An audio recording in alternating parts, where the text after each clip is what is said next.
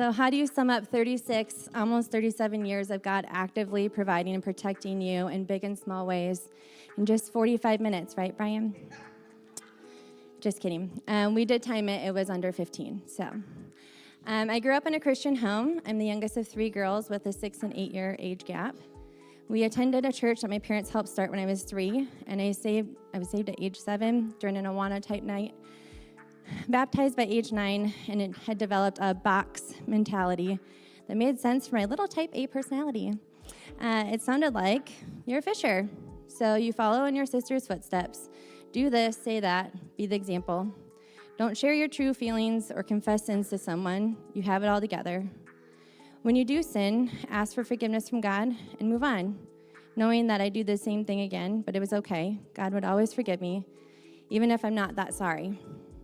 I want to be clear, no one taught me this, nor encouraged me to have this mindset. It was just how I made sense of things in my mind to live daily life in a nice, neat box. I knew Jesus, I loved Jesus, but he was definitely not Lord of my life. Yet in his graciousness, he still worked in my life, protected me from situations that would have been life-altering in a bad way, and used me in other people's lives as well. But I wanted something more in our relationship. This came when I attended Trinity International University, which is a private Christian college in the suburbs of Chicago, where both my sisters had attended. For me, growing up in a Christian home, my life was built on a strong foundation of faith. From a young age, I was involved in church activities and attended every event. As the youngest in my family, I had the privilege of watching my parents and older siblings live out their faith in meaningful ways. They showed me what it looked like to walk with Jesus, and their example shaped the person I would become. My upbringing in the church created a solid understanding of God's love and grace, and I was grateful for the spiritual environment that surrounded me. As a teenager, I continued to be an active member of the church. I didn't just attend, I was involved in every aspect of church. I thought I had it all figured out, especially as I entered high school. But it was during those high school years that something shifted in me, something I couldn't fully recognize at the time. My youth pastor, in one of his more blunt moments, challenged our group of teens. He expressed his frustrations with us, and he told us point blank that we needed to take our relationship with Christ seriously. He said we couldn't just be consumers of church, showing up for the events, relying on others to feed us spiritually. We needed to grow up and take ownership of our faith. At the time, I didn't fully understand what he meant. I was still active, still involved, and still doing what I thought was right. But in hindsight, I now realize that his words were the beginning of my slow transition. I began to realize, for me, Christianity had become just another activity on my checklist, not a true life-changing relationship with Christ. I wasn't as deeply connected as I thought. I was just going through the motions. As I approached the end of high school, I had already mapped out my future plans. I had everything laid out, or so I thought. It didn't take long after graduation for me to realize that my plans were not God's plans. God had other things in store for me, things that I couldn't have anticipated or even imagined. First, he blessed me with the life partner who would challenge me and push me to grow in ways I had never experienced before. Together, we navigated life, and her influence on my life pushed me to understand what it truly meant to follow Jesus. God's and my relationship grew past the infancy stage while in college. He really grabbed my heart and put some amazing friends in my life and challenged my box thinking. Jesus became more of a friend as well as my Savior. It was during this time that I met a tall redhead through mutual friends on the train going downtown Chicago. I thought he was a huge hick, and he thought that I talked too much. And you'll see by the end of this, Josh was and is correct. I didn't think about him again until I was in Plymouth 2 years later visiting those same friends. God shifted my view of Josh. He lived his life in an out-of-the-box mindset. He was and is independent, protective, funny, and more of a budget MacGyver handyman than a hick. God just used Josh to challenge my thinking and give me courage to step into what God has for me, no matter what other people think or how hard they push back. After we got married, we started attending a local church here in Plymouth. As a transplant to the town my husband grew up in, I found myself jealous of the built-in community he had. I had some friends, good friends that I knew would be there if I needed advice or help, but I really craved the daily life community. We were asked to be part of a newly married small group that quickly turned into a new parent small group. Imagine that. This is where God provided that daily life or Acts church community I craved. A few years later, several of the couples moved away and our group fizzled. I tried to recreate this group or at least connect with others, but it never filled that longing again. Now looking back, this was God taking my box that I had put myself and him in. I was comfortable, complacent, and fake. I had lost who I was, as many moms do when they're raising babies and toddlers, and had grown and cold in my relationship with him. He brought me to a lonely place where I suddenly looked up and I didn't know who I was. I remember crying out multiple times to God, begging him for authentic, real friends and a community I fit in with no sense of judgment. My 30th birthday was a turning point. God helped show me that I needed to be confident in who he made me, and to figure out who that was, I needed to draw near to him. It was the beginning of a new chapter in my life, the chapter that brought our family to PCC. And don't worry, I have pocket Kleenex. Beyond just my own experiences, I began to see something even more profound. My family's generational faith, along with the faithful people who had poured into my life with purpose and care, was a beautiful display of God's grace. These people, both in my family and God's church, in their obedience to following Jesus, had laid the groundwork for me to better understand God's love and grace. I realized that I had not come to faith by my own efforts alone. It was the work of God through the generations of believers before me and the generations of believers before me that had shaped my life. It was through the discipleship of an older gentleman. His name's Lynn Vernon, and he attends at Crossroads, who eventually became a dear friend, that God revealed to me a new calling in my life. He showed me that a desire to share Jesus with others was a crucial part of my faith journey. God began to stir in my heart the desire to be a vessel for his love, pouring into others in the same way I had been poured into. This desire led our family to make the decision to move to PCC. It wasn't due to any issue with our previous church. It was simply a step of obedience.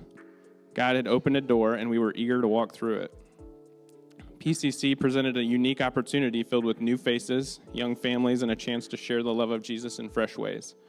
We felt called to be a part of something new, something where we could see people encounter Jesus in profound ways. What I didn't expect, however, was the incredible growth that I would experience. As I entered PCC with the hope of pouring into the lives of other men, it quickly became clear that God had other plans. Through the love and wisdom of others, I found myself being poured into. The men around me, some older and some younger, became instrumental in helping me see a deeper relationship with God. They helped me understand who God really is, not just an abstract idea, but as a father who desires a deep, personal connection with each one of us. God made it clear the first Sunday we attended PCC that this was our new home. Our kids had connections day one through preschool classmates. Shout out to Rogan and Lucy Garcia and their friendship and the two we call the twins. Josh and I made fast friendships that were starting to feel like a community. God then led me to a Bible study of random women in March of 2020. Yep, the month the world shut down 5 years ago. You see, Satan knew that what would come from this group, and he did not want us to grow close to God, nor to each other. But God moved. Via Zoom, he created a deep, authentic, non-judgmental community of women that I so craved. At the time, only half of these women went to PCC, but it doesn't matter what church we go to. God knew these women would challenge me, push me, laugh with me, cry with me, call me out in love, and help form a strong sense of community within our families that spread eventually through PCC as well. They are literal answers to my prayers, as is this entire church body. It was through the years of growth and discipleship that I began to understand how filled with the grace of Jesus my life truly is. What I once thought was just another activity in my life, a task that I could check off like any other, had become the core of who I am. The relationship I had with other believers, the mentorship, the challenges, and the way God had led me through it all revealed the depth of his grace. I was reminded that life with Jesus is not a series of events, but a continuous journey of growth, relationship, and transformation. Looking back, I can see how every aspect, every season, and every challenge has been part of God's plan for my life. He used my family's legacy, my wife's influence, and the people around me to help me grow in faith and step into the calling that he had for me. Today, I am humbled by the grace of Jesus and the privilege of being a vessel of his love and grace he has so generously poured into me. I've told my story many times throughout the years and found myself not being able to write this one a month ago, and it was because 2 weeks ago, God really turned my heart around. Through these years at PCC, God and I have had times of closeness, times of questioning, times of rebuilding, and times of distance. Many mountaintop moments in my relationship with him seem to correlate with IF gatherings these Bible study babes got me hooked on, which leads me to my final box moment. When I first heard of Gather 25 while at IF 24, I was excited. I mean, come on. It's the first time the global church can worship together. But as the time drew near, I found myself in a funk. Nothing was wrong or right or good or bad necessarily, and I couldn't put my finger on why I was feeling the way I was. I didn't realize it, but I had grown lukewarm and had been going through the motions for a while. I went to Gather 25 on Friday feeling uncomfortable, anxious, and out of sorts. I ended up leaving somewhat early. Saturday morning, I had to log on to do some work for a couple hours, so I turned on Gather 25 live stream as background noise in my home office.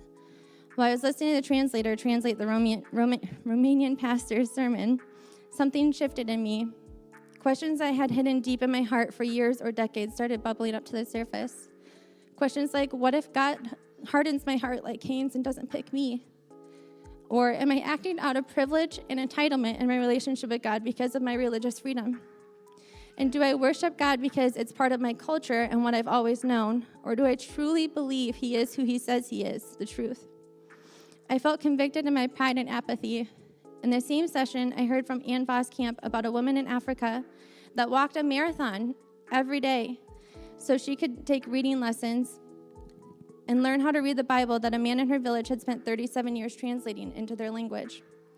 Yet I hadn't walked 5 steps outside of a group Bible study to pick up my own Bible in months or even a year. Luli Guglio then got on stage and started preaching about revival. He said that if we want revival, we should draw a circle around or on the ground, get in it, and pray for revival to start there. A tidal wave felt like it crashed over me. It clicked. True revival starts with me, my marriage, our boys, our friendships, our church, and our community. I found myself crying, obviously, and hungrier for God than I'd ever been.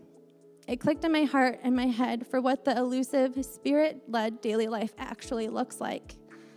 For the last 2 weeks, I've been waking up early, sometimes 5 a.m., to prioritize journaling to God, sitting in silence, which is obviously hard for me, and asking him to reveal himself to me in big and little ways.